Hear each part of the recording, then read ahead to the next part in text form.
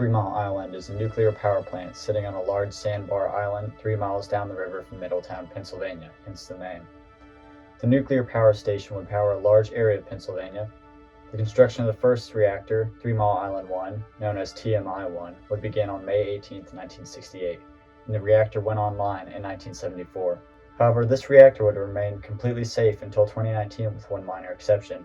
TMI-2's construction began on November 1, 1969, but wouldn't be activated until December 30, 1978. TMI-1 would make 819 megawatts of power, and TMI-2 would make slightly more at 906 megawatts. Together, they made 1,700 megawatts, which was enough to power 300,000 homes. The reactors were expected to cost about $2 billion each adjusted for inflation, but TMI-2 would run well over $3 billion.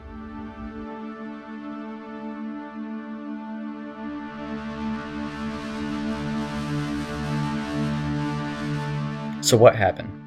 Both reactors on 3 Mile Island are pressurized water reactors that use a series of water systems to heat, cool, and spin turbines to make power.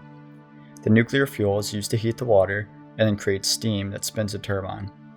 At March 28, 1979, TMI-1 was shut down for refueling, and TMI-2 was going through a cleaning process that damaged electronics and led to a series of mechanical, technical, and human errors that spilled 100,000 liters of contaminated water and spilled radioactive gas into the town around it.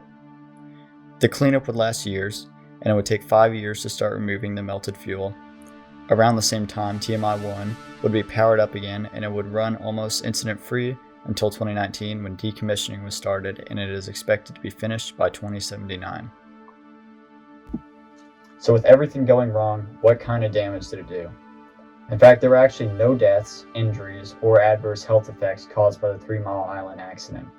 The citizens around the reactor received an average radioactivity dose of only 1.4 milliriems, which is a unit of measuring radioactivity.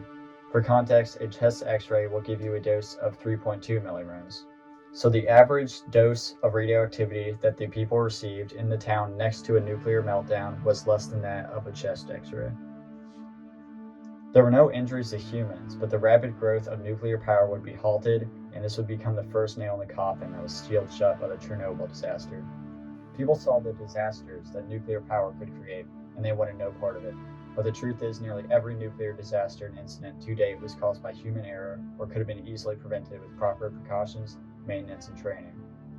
3 Mile Island shares the title of a nuclear meltdown with Chernobyl and Fukushima, and so it shares the terrible reputation, despite causing no damage to human life. In fact, this meltdown is often used as an example of why nuclear energy isn't safe by many groups against it, despite even with every possible thing failing, the worst thing that happened was that it was expensive to clean up. 3 Mile Island has left a bad taste of nuclear energy in the mouth of Americans, and most people don't consider it an option for clean energy.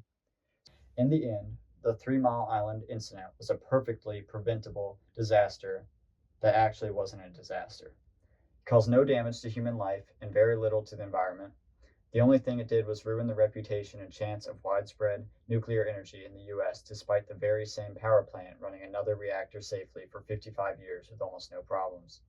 3 Mile Island's reactors perfectly demonstrate how important proper maintenance and staff training is, while also showing how proper precautions can make nuclear energy perfectly safe despite popular belief.